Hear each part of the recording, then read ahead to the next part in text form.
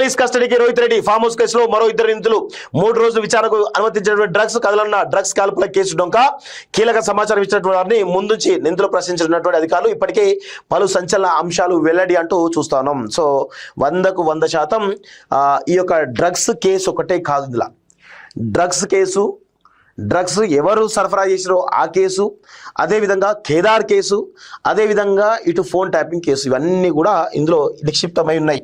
ఇవన్నీ కూడా ఒకసారి రోహిత్ రెడ్డి సంబంధించినటువంటి అంటే రోహిత్ రెడ్డిని రేవంత్ రెడ్డి పకడ్బందీగా దొరకబట్టిండు.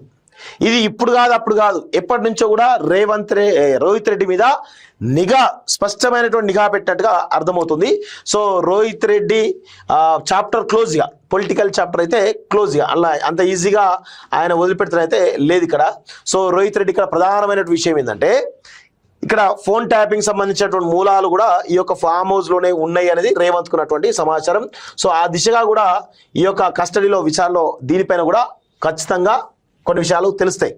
అదేవిధంగా కేదార్ సంబంధించినటువంటి పెట్టుబడులు ఏవైతే ఉన్నాయో, కేదార్ ప్రొడ్యూసర్ కేదార్ ఎవరైతున్నారో ఆయనకు సంబంధించిన దుబాయ్ పెట్టుబడులు ఏవైతే ఉన్నాయో ఆ దుబాయ్ పెట్టుబడులు కావచ్చు, లేకపోతే కేదార్ దుబాయ్లో ఎట్లా చనిపోయిండు అంటే మొత్తం విషయం చూడండి. రేవంత్ రెడ్డికి ఈ యొక్క కేదార్ సంబంధించిన విషయం పైనే రోహిత్ రెడ్డి పైన నిఘా పెట్టినట్టుగా తెలుస్తుంది తప్ప వేరే ఏం లేదు. సో దాని తర్వాత కాల్పులు, దాని తర్వాత డ్రగ్స్, ఇవన్నీ సెకండరీ ఉంటాయి. కానీ మేజర్ విషయం మాత్రం, ఎందుకంటే కేదార్ పెట్టుబడులు వేల కోట్ల రూపాయలు ఉన్నాయి. మరి అవి రేవంత్ రెడ్డికి సంబంధించిన వాళ్ళవి ఉన్నాయా లేకపోతే ఇంకెవరు ఉన్నాయో తెలియదు. కానీ మొత్తానికైతే కేదార్ దుబాయ్లో చనిపోవడం నుంచి మీరు రాసి పెట్టుకోండి. రేవంత్ రెడ్డి కూడా చెప్పిండు కేదార్ మరణం పైన కూడా మాట్లాడిండు. అక్కడ కేదార్ మరణం పైన కూడా కొన్ని అనుమానాలు ఉన్నాయి అనేది చాలా స్పష్టంగా మాట్లాడు. అనుమానాలు అంటే కొన్ని వేల కోట్ల రూపాయల దందా ఏదో సంథింగ్ రేవంత్ రెడ్డి సంబంధించిందా లేకపోతే ఎవరికి సంబంధించిందో జరుగుతూ ఉంది అనేది తెలుస్తూ ఉంది. సో అందుకే రోహిత్ రెడ్డి ప్రధాన కారణం, ఈ కేదార్ మృతి వెనుక రోహిత్ రెడ్డి ప్రధాన కారణం. ఎందుకంటే రోహిత్ రెడ్డి, కేదారు, ఇంకొక వ్యక్తి, ఈ ముగ్గురు కూడా ఒక లేడీ, ముగ్గురు నలుగురు ఉన్నారు.